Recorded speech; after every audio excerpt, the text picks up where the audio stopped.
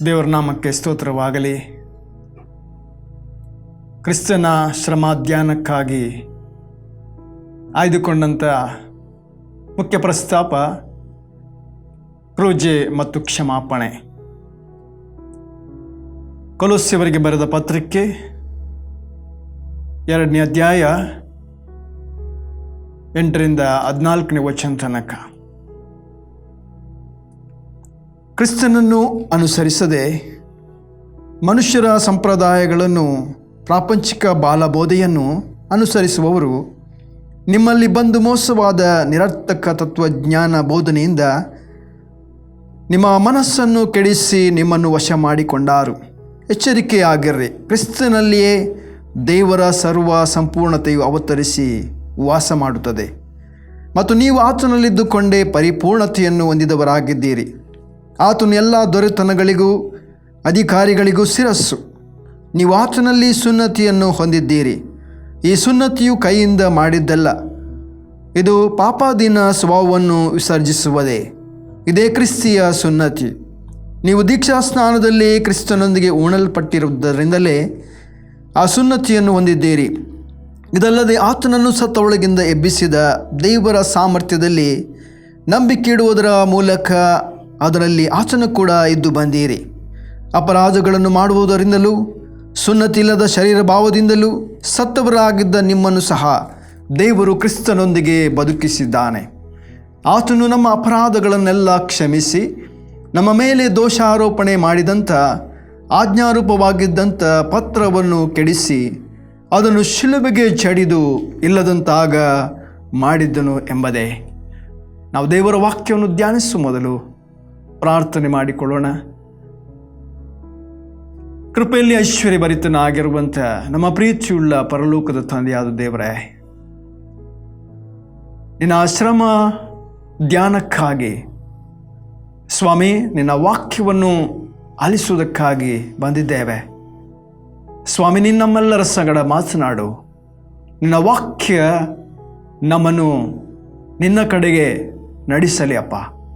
ನಿನ್ನ ವಾಕ್ಯ ನಮ್ಮನ್ನು ಸತ್ಯಕ್ಕೆ ನಡೆಸಲಿ ಮತ್ತು ನಿನ್ನ ಆ ಶ್ರಮೆ ಮರಣ ಪುನರುತ್ಥಾನದ ಮೂಲಕ ನಾವೆಲ್ಲರೂ ಕೂಡ ಜೀವವನ್ನು ಹೊಂದಿಕೊಳ್ಳುವ ಹಾಗೆ ನಮಗೆ ಕೃಪೆ ಕೊಡು. ನೀನು ನಮ್ಮ ಸಂಗಡ ಇದ್ದು ನಮ್ಮನ್ನು ಮುನ್ನಡೆಸು. ಯೇಸುವಿನ ನಾಮದಲ್ಲಿ ತಂದೆ, ಆಮೇನ್. ದೇವರ ನಾಮಕ್ಕೆ ಸ್ತೋತ್ರವಾಗಲಿ. ಈ ಅವಕಾಶವನ್ನು ಮಾಡಿಕೊಟ್ಟಂಥ ತಂದೆ ದೇವರಿಗೆ ಮೊದಲಾಗಿ ಸ್ತೋತ್ರವನ್ನು ಸಲ್ಲಿಸುತ್ತೆ. ಈ ಬಿಗ್ ಜೆ ಮೀಡಿಯಾದ ಮೂಲಕ ವಾಕ್ಯವನ್ನು ಧ್ಯಾನಿಸುವ ಹಾಗೆ ಅವಕಾಶ ಮಾಡಿಕೊಟ್ಟಂಥ ಎಲ್ಲ ಬಿಗ್ ಜೆ ತಂಡದ ನಿರ್ದೇಶಕರು, ಎಲ್ಲ ಸಹೋದರ ಸಹೋದರಿಗೂ ನಾನು ಕೃತಜ್ಞತೆ ಸಲ್ಲಿಸ್ತೇನೆ. ಮತ್ತು ವೀಕ್ಷಿಸುವಂಥ ನಿಮ್ಮೆಲ್ಲರಿಗೂ ಕೂಡ ಕ್ರಿಸ್ತನ ನಾಮದಲ್ಲಿ ನಾನು ನಿಮ್ಮನ್ನು ವಂದಿಸ್ತಾ ಈ ಸಮಯದಲ್ಲಿ ಈ ಶ್ರಮ ಧ್ಯಾನಕ್ಕಾಗಿ ಆರಿಸಿಕೊಂಡಂಥ ಪ್ರಸ್ತಾಪ ಕ್ರೂಜೆ ಮತ್ತು ಕ್ಷಮಾಪಣೆ ಎಂಬುದೇ. ಪ್ರಿಯರೇ, ಪೌಲನು ಕೊಲೊಸ್ಸೆಯವರಿಗೆ ಬರೆಯುವಾಗ 2ನೇ ಅಧ್ಯಾಯ ಆಚನು 8ರಿಂದ ನಾವು ವಾಕ್ಯವನ್ನು ಈಗಾಗಲೇ ಓದಿದ ಹಾಗೆ ಅಲ್ಲಿ ವಾಕ್ಯ ನಮಗೆ ತಿಳಿಸೋ ಪ್ರಕಾರ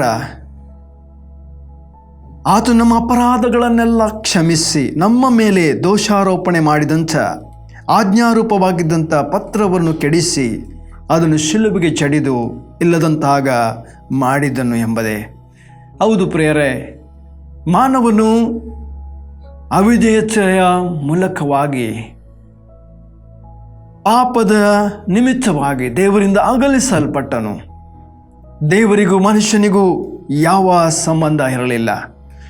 ದೇವರ ಅನ್ಯೋನ್ಯತೆಯನ್ನು, ನಿರೀಕ್ಷೆಯನ್ನು ಕಳೆದುಕೊಂಡಂಥ ಮಾನವನಿಗೆ ದೇವರು ಒಂದು ರಕ್ಷಣಾ ಯೋಜನೆಯನ್ನು ಮಾಡಿ ಕ್ರಿಸ್ತನ ಮೂಲಕ ನಾವು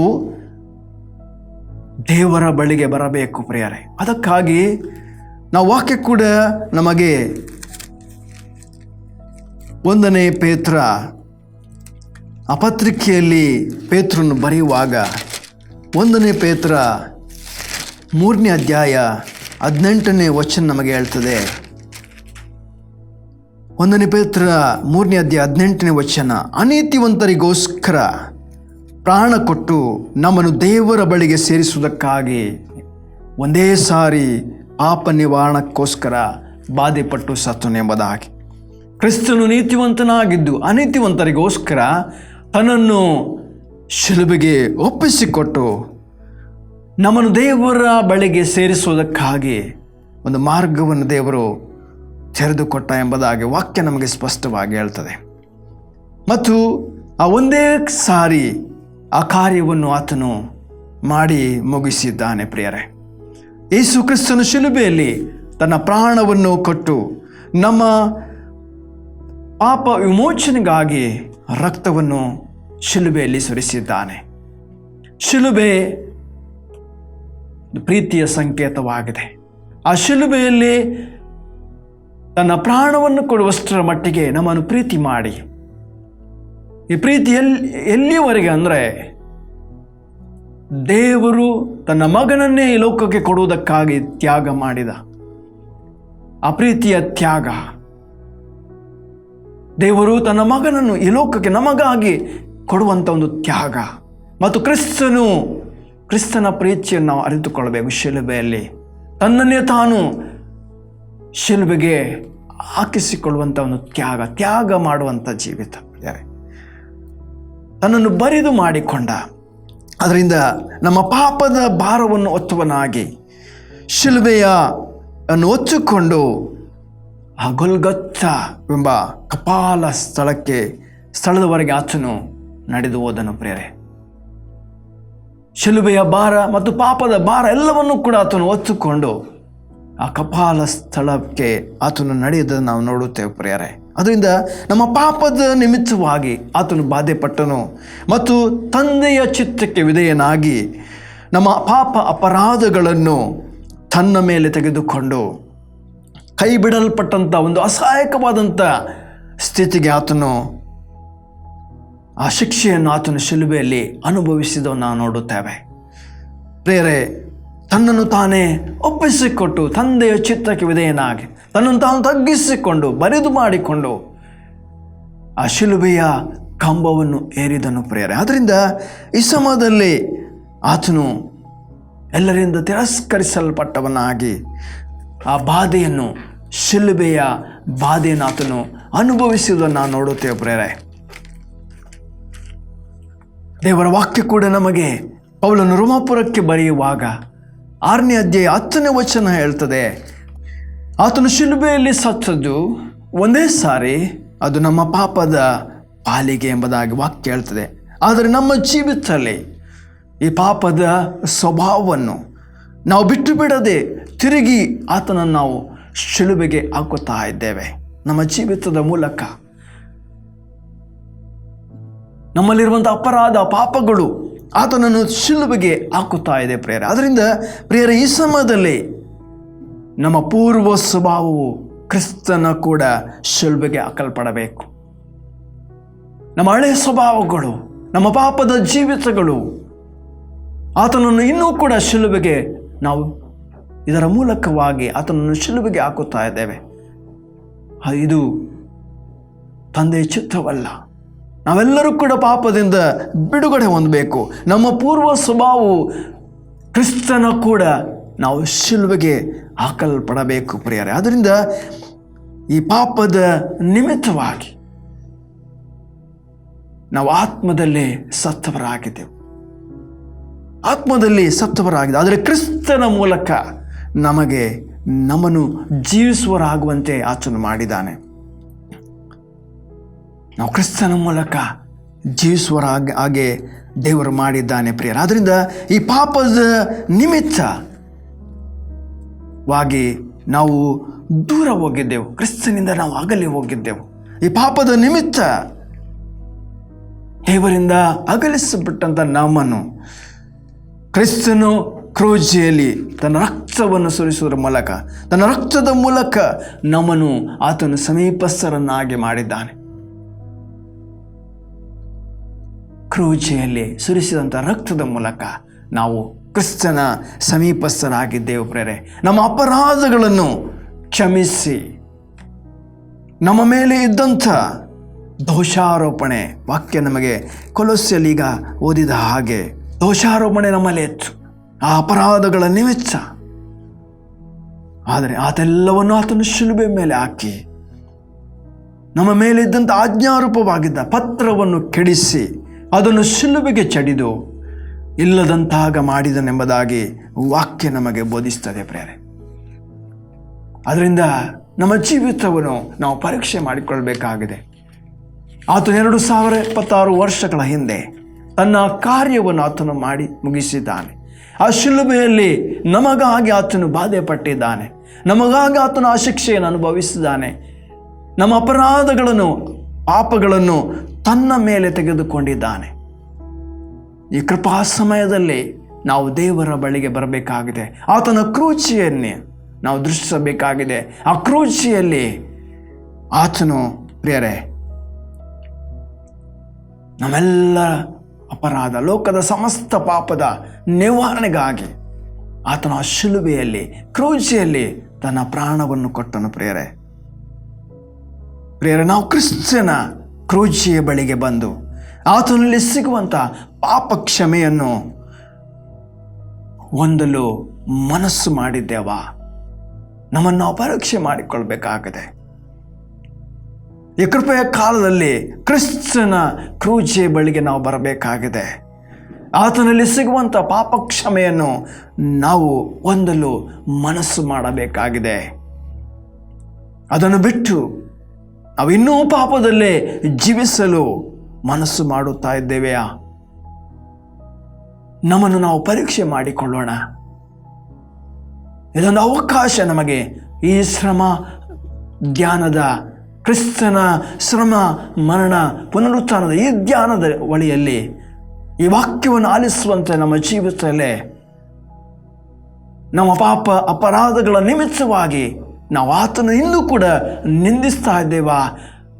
ಆತನು ನಾವು ಹಿಂಸೆ ಪಡಿಸ್ತಾ ಇದ್ದೇವಾ? ಆತನು ನಾವು ಇನ್ನೂ ಕೂಡ ಕ್ರೂಜಿಗೆ ಹಾಕುತ್ತಾ ಇದ್ದೇವೆ? ಪ್ರಿಯರೇ, ನಮ್ಮ ಜೀವಿತವನ್ನು ನಾವು ಪರೀಕ್ಷೆ ಮಾಡಿಕೊಳ್ಬೇಕಾಗಿದೆ. ವಾಕ್ಯ ಕೂಡ ನಮಗೆ ಸ್ಪಷ್ಟವಾಗಿ ಹೇಳ್ತದೆ. ಪೇತ್ರನು ಬರೆದ ಪತ್ರಿಕೆಯಲ್ಲಿ ಪೇತ್ರನು ಈ ರೀತಿಯಲ್ಲಿ ತಿಳಿಸ್ತಾನೆ. 1 ಪೇತ್ರ 2ನೇ ಅಧ್ಯಾಯ 24ನೇ ವಚನದಿಂದ, ನಾವು ಪಾಪದ ಪಾಲಿಗೆ ಸತ್ತು ನೀತಿವಂತರಾಗಿ ಜೀವಿಸುವಂತೆ ಆತನು ನಮ್ಮ ಪಾಪಗಳನ್ನು ತಾನೇ ತನ್ನ ದೇಹದಲ್ಲಿ ಹೊತ್ತುಕೊಂಡು ಮರಣ ಕಂಬವನ್ನು ಏರಿದನು ಎಂಬುದಾಗಿ.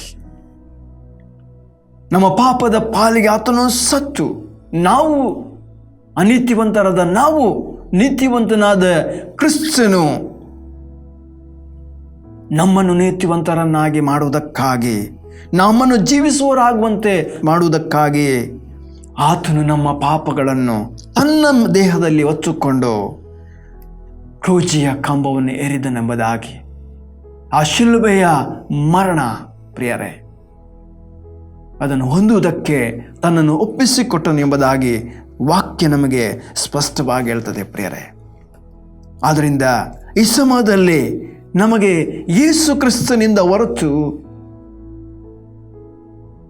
ಈ ಲೋಕದಲ್ಲಿ ಯಾವ ಹೆಸರಿನಿಂದಲೂ ನಮಗೆ ಬಿಡುಗಡೆ ಇಲ್ಲ ಪ್ರಿಯರೇ. ಯೇಸು ಕ್ರಿಸ್ತನನ್ನೇ ನಾವು ನಂಬಿ ಜೀವಿಸುವರಾಗಬೇಕು.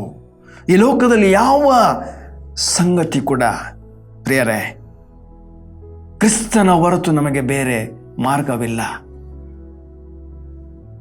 ಯೇಸು ಕ್ರಿಸ್ತನ ಹೊರತು ನಮಗೆ ಈ ಲೋಕದಲ್ಲಿ ರಕ್ಷಣೆ ಇಲ್ಲ ಪ್ರಿಯರೇ. ಅದರಿಂದ ಯೇಸು ಕ್ರಿಸ್ತನೇ ನಮಗೆ ಮುಖ್ಯವಾಗಿದ್ದಾನೆ. ಆತನ ಶಿಲುಬೆಯ ಬಳಿಗೆ ನಾವು ಬರಬೇಕು. ಆ ಶಿಲುಬೆಯಲ್ಲಿ ಆತನು ಮಾಡಿದಂಥ ಆ ತ್ಯಾಗವನ್ನು ನಾವು ನೆನೆಸಿಕೊಳ್ಬೇಕು. ನಮಗಾಗಿ ಆತನು ತನ್ನನ್ನೇ ಬರಿದು ಮಾಡಿಕೊಂಡ, ತನ್ನನ್ನೇ ಆ ಮರಣಕ್ಕೆ ತನ್ನನ್ನು ಒಪ್ಪಿಸಿಕೊಟ್ಟ ಪ್ರಿಯರೇ. ಅದರಿಂದ ಈ ಲೋಕದಲ್ಲಿ ಕ್ರಿಸ್ತನ ಹೊರತು ನಮಗೆ ಬೇರೆ ಮಾರ್ಗವೇ ಇಲ್ಲ ಪ್ರಿಯರೇ. ಅದರಿಂದ ನಮ್ಮ ಜೀವಿತದಲ್ಲಿ ಈ ಕೃಪೆಯ ಕಾಲದಲ್ಲಿ ಆತನ ಬಳಿಗೆ ಬರೋಣ. ಆತನ ವಾಕ್ಯ ನಮಗೆ ಎಚ್ಚರಿಸುತ್ತದೆ. ಆತನು ನಮಗೋಸ್ಕರ ಶಿಲುಬೆಯಲ್ಲಿ ಎಲ್ಲವನ್ನು ಅನುಭವಿಸಿದ್ದಾನೆ. ಈ ಸಮಯದಲ್ಲಿ ಯೇಸು ಕ್ರಿಸ್ತನ ಬಳಿಗೆ ಬಂದು ಆತನಿಂದ ಸಿಗುವಂಥ ಪಾಪ ಕ್ಷಮೆಯನ್ನು ನಾವು ಹೊಂದಿಕೊಳ್ಳಬೇಕಾಗಿದೆ. ಇದು ಅಮೂಲ್ಯವಾದಂಥ ಸಮಯ ಪ್ರಿಯರೇ. ಆತನು ನಮಗೆ ಕರೆ ಕೊಡ್ತಾ ಇದ್ದಾನೆ. ಆತನ ಕಡೆಗೆ ನಾವು ತಿರುಗಿಕೊಳ್ಳಬೇಕಾಗಿದೆ. ಆತನು ಕ್ರೂಜಿಯಲ್ಲಿ ಇರುವಾಗಲೂ ಕೂಡ, ತನ್ನ ಕೊನೆಯ ಕ್ಷಣದಲ್ಲಿ ಕೂಡ ಆತನು ನಮ್ಮನ್ನು ಕ್ಷಮಿಸಿದ್ದಾನೆ ಪ್ರಿಯರೇ. ಕ್ಷಮಾಪಣೆ ಪ್ರಿಯರೇ. ಅಲ್ಲಿರುವಂಥ ಯಹೂದ್ಯರನ್ನು, ಅಲ್ಲಿರುವಂಥ ಫರಿಸಾಯರನ್ನು, ಅಲ್ಲಿರುವಂಥ ಶಾಸ್ತ್ರಿಕರು, ಮಹಾಯಾಜಕರು ಪ್ರಿಯರೇ, ಆತನನ್ನು ನಿಂದಿಸ್ತಾ ಇದ್ದಾರೆ. ಆತನಿಗೆ ವಿರೋಧವಾಗಿ ಮಾತನಾಡ್ತಾ ಇದ್ದಾರೆ, ಶಿಲುಬೆಗೆ ಹಾಕ್ತಾ ಇದ್ದಾರೆ. ಎಲ್ಲ ನೋವಿನ ಪರಿಸ್ಥಿತಿಯಲ್ಲಿ ಕೂಡ, ಈ ಒಂದು ಅಸಹಾಯಕವಾದಂಥ ಸ್ಥಿತಿಯಲ್ಲಿ ಕೂಡ, ಈ ಬೇನೆಯಲ್ಲಿ ಕೂಡ ಆತನು ಶಿಲುಬೆಯಲ್ಲಿ ಅವರಿಗಾಗಿ ತಂದೆ ಹತ್ರ ಕೇಳ್ತಾ ಇದ್ದಾನೆ, ಅವರನ್ನು ಕ್ಷಮಿಸು ಎಂಬುದಾಗಿ. ನೋಡಿ, ಶಿಲುಬೆಯಲ್ಲಿ, ಆ ಕ್ರೂಜಿಯಲ್ಲಿ ಕ್ಷಮಾಪಣೆ ನಮಗಿದೆ ಪ್ರಿಯರೇ. ಕ್ರಿಸ್ತನು ಆ ಶಿಲುಬೆಯಲ್ಲಿ ಎಲ್ಲವನ್ನು ಮಾಡಿ ಮುಗಿಸಿದ್ದಾನೆ. ತನ್ನನ್ನು ಹಿಂಸಿಸಿ ತಿರಸ್ಕಾರ ಮಾಡಿದಂಥ ಜನರನ್ನು ಆತನು ಕ್ಷಮಿಸುತ್ತಾನೆ ಪ್ರಿಯರೇ. ಕ್ರಿಸ್ತನು ಕ್ರೂಜಿಯಲ್ಲಿ ನಮಗೋಸ್ಕರ ಮಾಡಿ ಮುಗಿಸಿದಂಥ ಕಾರ್ಯ ಪ್ರಿಯರೇ, ಆ ಶಿಲುಬೆಯಲ್ಲಿ ಮಾಡಿದಂಥ ಕಾರ್ಯ, ನಮಗಾಗಿ ಮಾಡಿದಂಥ ರಕ್ಷಣಾ ಯೋಜನೆ, ಇದು ತಂದೆಯ ಉದ್ದೇಶವಾಗಿತ್ತು. ದೇವರಿಂದ ಅಗಲಿ ಹೋದಂಥ ಮಾನವ ಕುಲವನ್ನು ರಕ್ಷಿಸುವುದಕ್ಕಾಗಿ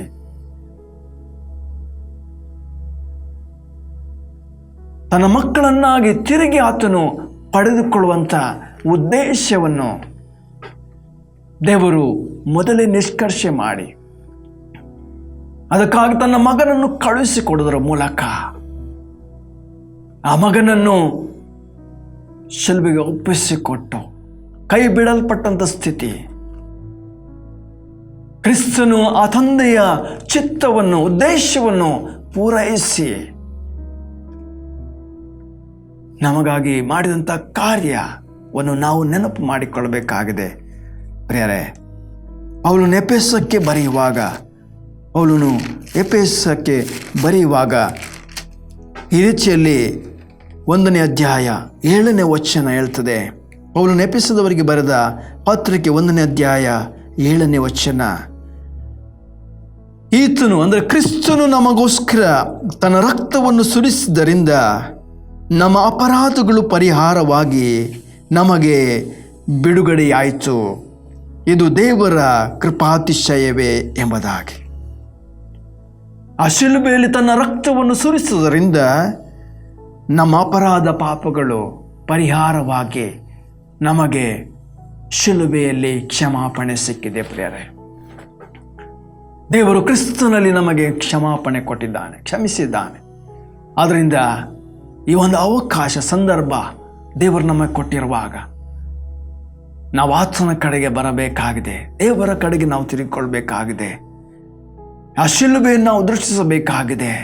ಕ್ರೂಜಿಯ ಬಳಿಗೆ ನಾವು ಬಂದು ಆತನಲ್ಲಿ ಸಿಗುವಂಥ ಪಾಪ ಕ್ಷಮೆಯನ್ನು ನಾವು ಹೊಂದಿಕೊಳ್ಳೋಣ ಪ್ರಿಯರೇ. ಆದ್ದರಿಂದ ಈ ವಾಕ್ಯವನ್ನು ನಾವು ಧ್ಯಾನಿಸುವಂಥ ಈ ಸಮಯಗಳಲ್ಲಿ, ಈ ಶ್ರಮ ಧ್ಯಾನಗಳ ಒಳಿಯ ಈ ಸಂದರ್ಭದಲ್ಲಿ ಪ್ರಿಯರೇ, ದೇವರ ವಾಕ್ಯವನ್ನು ನಾವು ಹೆಚ್ಚಾಗಿ ಅರಿತುಕೊಂಡು ದೇವರ ವಾಕ್ಯಕ್ಕೆ ನಾವು ವಿಧೇಯರಾಗಿ ಕ್ರಿಸ್ತನು ನಮಗೋಸ್ಕರ ಮಾಡಿದಂಥ ಆ ತ್ಯಾಗವನ್ನು ನಾವು ನೆನಪು ಮಾಡಿಕೊಂಡು ನಾವು ದೇವರ ಚಿತ್ತಕ್ಕೆ ನಮ್ಮನ್ನು ಒಪ್ಪಿಸಿಕೊಟ್ಟವರಾಗಿ ದೇವರ ವಾಕ್ಯದ ಪ್ರಕಾರ ನಾವು ಜೀವಿಸುವುದಕ್ಕೆ ನಾವು ಮನಸ್ಸು ಮಾಡಿಕೊಂಡು ಆತನ ಬಳಿಗೆ ಬರೋಣ ಪ್ರಿಯರೇ. ಕ್ರಿಸ್ತನು ನಮಗೆ ಕರೆ ಕೊಡುತ್ತಾ ಇದ್ದಾನೆ. ಆದ್ದರಿಂದ ಈ ಒಂದು ಅಮೂಲ್ಯವಾದಂಥ ಸಮಯದಲ್ಲಿ ನಮಗೆ ಸಿಗಬೇಕಾದ ಶಿಕ್ಷೆಯನ್ನು ತಾನು ಶಿಲುಬೆಯಲ್ಲಿ ತೆಗೆದುಕೊಂಡ ಆ ಅಪರಾಧ ಪಾಪಗಳ ಪಟ್ಟಿ ನಮ್ಮ ಮೇಲೆ ಇತ್ತು ಪ್ರಿಯರೇ. ಆ ಪತ್ರವನ್ನೇ ಕೆಡಿಸಿ ಶಿಲುಬೆಗೆ ಅದನ್ನು ಜಡಿದು ಇಲ್ಲದಂತಾಗ ಮಾಡಿದನೆಂಬುದಾಗಿ ಪ್ರಿಯರೇ. ಆದ್ದರಿಂದ ಎಷ್ಟು ಒಂದು ಒಳ್ಳೆಯ ದೇವರು ನಮಗಿರುವಾಗ, ನಮಗಾಗಿ ತನ್ನನ್ನೇ ಸಮರ್ಪಣೆ ಮಾಡಿದಂಥ, ತ್ಯಾಗ ಮಾಡಿದಂಥ ಕ್ರಿಸ್ತನನ್ನು ನಮ್ಮ ಜೀವಿತದಲ್ಲಿ ಇಟ್ಟುಕೊಂಡು ಸ್ವಾಮಿಯ ಪಾದದ ಬಳಿಗೆ ನಾವು ಬರೋಣ. ಆತ ನಮ್ಮ ಜೀವಿತದಲ್ಲಿ ಅಂಗೀಕಾರ ಮಾಡಿಕೊಳ್ಳೋಣ ಮತ್ತು ಆತನಲ್ಲಿ ಸಿಗುವಂಥ ಕ್ಷಮಾಪಣೆಯನ್ನು ನಾವು ಹೊಂದಿಕೊಳ್ಳೋಣ. ಪ್ರೇರೆ, ನಾವೆಂಥ ಪಾಪದ ಜೀವಿತದಲ್ಲಿ ಇದ್ದರೂ ಕೂಡ ಕ್ರಿಸ್ತನು ಕ್ಷಮಿಸಲು ನಮ್ಮನ್ನು ಸಿದ್ಧನಿದ್ದಾನೆ. ದೇವರು ಕ್ರಿಸ್ತನಲ್ಲಿ ನಮ್ಮನ್ನು ಕ್ಷಮಿಸಿದ್ದಾನೆ. ಅದರಿಂದ ನಾವು ಆತನ ಬಳಿಗೆ ಬರುವಾಗ ಆತನು ನಮ್ಮನ್ನು ಪ್ರೀತಿಯಿಂದ ಸ್ವೀಕಾರ ಮಾಡ್ತಾನೆ, ನಮ್ಮನ್ನು ಅಂಗೀಕಾರ ಮಾಡ್ತಾನೆ. ನಾವು ಆತನ ಮಕ್ಕಳಾಗಿ ಈ ಲೋಕದಲ್ಲಿ ಜೀವಿಸುವುದಕ್ಕೆ ನಮಗೆ ದೇವರು ಕೃಪೆ ಕೊಡ್ತಾನೆ ಮತ್ತು ನಮ್ಮನ್ನು ಈ ಲೋಕದ ಅಧಿಪತಿಯಿಂದ, ಈ ಲೋಕದ ಎಲ್ಲ ಕೆಟ್ಟತನಗಳಿಂದ ನಮಗೆ ಬಿಡುಗಡೆ ಕೊಟ್ಟು ನಾವು ನಿತ್ಯ ಸೌಭಾಗ್ಯಕ್ಕೆ ಸೇರುವುದಕ್ಕೆ ಕ್ರಿಸ್ತನೇ ನಮಗೆ ಮಾರ್ಗವಾಗಿದ್ದಾನೆ. ಆದ್ದರಿಂದ ಈ ಕೃಪೆಯ ಕಾಲದಲ್ಲಿ ನಾವು ವಾಕ್ಯದ ಪ್ರಕಾರ ಜೀವಿಸುವುದಕ್ಕೆ ನಮ್ಮ ಜೀವಿತವನ್ನು ಒಪ್ಪಿಸಿಕೊಡುವ ಹಾಗೆ ದೇವರು ತನ್ನ ಆತ್ಮನ ಮೂಲಕ ನಮ್ಮೆಲ್ಲರಿಗೂ ಕೂಡ ಸಹಾಯ ಮಾಡಿ ನಡೆಸಲಿ. ಶಿಲುಬೆಯ ಕಡೆಗೆ, ಕ್ರೂಜೆಯ ಕಡೆಗೆ ನಾವು ಬರೋಣ. ಆತನಲ್ಲಿ ಸಿಗುವಂಥ ಕ್ಷಮಾಪಣೆಯನ್ನು ನಾವೆಲ್ಲರೂ ಹೊಂದಿಕೊಂಡು ಈ ಲೋಕದಲ್ಲಿ ಆತನಿಗಾಗಿ ಜೀವಿಸುವುದಕ್ಕೆ ದೇವರು ತನ್ನ ಕೃಪೆಯನ್ನು ನಮ್ಮೆಲ್ಲರಿಗೂ ಕೂಡ ಅನುಗ್ರಹಿಸಲಿ. ಆಮೇನ್. ಪ್ರಾರ್ಥನೆ ಮಾಡುವ. ಪರಿಶುದ್ಧನಾದ ಪರಲೋಕದ ತಂದೆಯಾದ ದೇವರೇ, ಈ ಒಂದೊಳ್ಳೆಯ ಸಮಯಕ್ಕಾಗಿ ಸ್ತೋತ್ರ. ನಿನ್ನ ಶ್ರಮೆಯ ಈ ಧ್ಯಾನಾವಳಿಯಲ್ಲಿ ನಾವು ನಿನ್ನ ವಾಕ್ಯವನ್ನು ಕೇಳಿದ್ದೇವಪ್ಪ. ನೀ ನಮಗೋಸ್ಕರ ಮಾಡಿದಂಥ ತ್ಯಾಗ, ಆ ಶಿಲುಬೆಯ ಮರಣ ಸ್ವಾಮಿ, ಅದರಲ್ಲಿ ನಮಗೆ ರಕ್ಷಣೆ ಇದೆಯಪ್ಪ. ಆ ರಕ್ಷಣೆಯ ಮಾರ್ಗದಲ್ಲಿ ನಾವೆಲ್ಲರೂ ಕೂಡ ನಡೆಯುವುದಕ್ಕೆ ನಮಗೆ ಸಹಾಯ ಮಾಡು ಸ್ವಾಮಿ. ನಿನ್ನ ಪಾದದ ಬಳಿಗೆ ಬರುವ ಹಾಗೆ ನಮಗೆ ಕೃಪೆ ಕೊಡು ಸ್ವಾಮಿ. ನಿನ್ನ ವಾಕ್ಯವನ್ನು ನಾವು ಕೇಳಿದ್ದೇವೆ ಸ್ವಾಮಿ, ಅದನ್ನು ನಮ್ಮ ಜೀವಿತದಲ್ಲಿ ಇಟ್ಟುಕೊಂಡು ಸ್ವಾಮಿ, ನಮ್ಮಲ್ಲಿರುವಂಥ ಎಲ್ಲ ಅಪರಾಧ ಪಾಪಗಳನ್ನು ನಿನ್ನ ಮುಂದೆ ಅರಿಕೆ ಮಾಡಿ ನಾವು ಬಿಟ್ಟು ಸ್ವಾಮಿ ನಿನ್ನವರಾಗಿ ಜೀವಿಸುವುದಕ್ಕೆ ಕೃಪೆ ಕೊಡು ಸ್ವಾಮಿ. ಈ ಲೋಕದ ಕ್ಷಣಿಕವಾದಂಥ ಸುಖ ಭೋಗಗಳಿಗೆ ನಮ್ಮನ್ನು ಒಪ್ಪಿಸಿಕೊಳ್ಳದೆ ನಿನ್ನ ಚಿತ್ತವನ್ನು ನಾವು ಅರಿತು ಸ್ವಾಮಿ, ನಿನ್ನ ವಾಕ್ಯಕ್ಕೆ ನಾವು ವಿಧೇಯರಾಗಿ ಸ್ವಾಮಿ ಜೀವಿಸುವುದಕ್ಕೆ ನಮಗೆ ಕೃಪೆ ಕೊಡಪ್ಪ. ನಿನ್ನ ಬಳಿಗೆ ನಾವು ಬರುತ್ತೇವೆ. ನೀ ನಮ್ಮನ್ನು ಪ್ರೀತಿಯಿಂದ ಸ್ವೀಕಾರ ಮಾಡಿದ್ದಿ, ಅದಕ್ಕಾಗಿ ಸ್ತೋತ್ರ.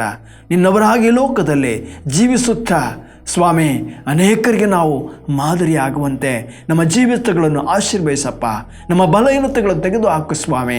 ನಿನ್ನ ಆಶೀರ್ವಾದ ಕೃಪೆಯಿಂದ ನಮ್ಮನ್ನು ತುಂಬಿಸು. ನಿನಗೆ ಮಾತ್ರ ಮಹಿಮೆ ಉಂಟಾಗಲಿ. ಯೇಸುವಿನ ನಾಮದಲ್ಲಿ ತಂದೆ, ಆಮೆನ್. ದೇವರ ನಾಮಕ್ಕೆ ಸ್ತೋತ್ರವಾಗಲಿ. ಸುವಾರ್ತೆ ತಲುಪದ ಊರು ಇರಲೇಬಾರದು, ಸಭೆಯೂ ಇಲ್ಲದ ಗ್ರಾಮ ಇರಬಾರದೆಲ್ಲಿಯೂ. ಸುವಾರ್ತೆ ತಲುಪದ ಊರು ಇರಲೇಬಾರದು, ಸಭೆಯೂ ಇಲ್ಲದ ಗ್ರಾಮ ಇರಬಾರದು.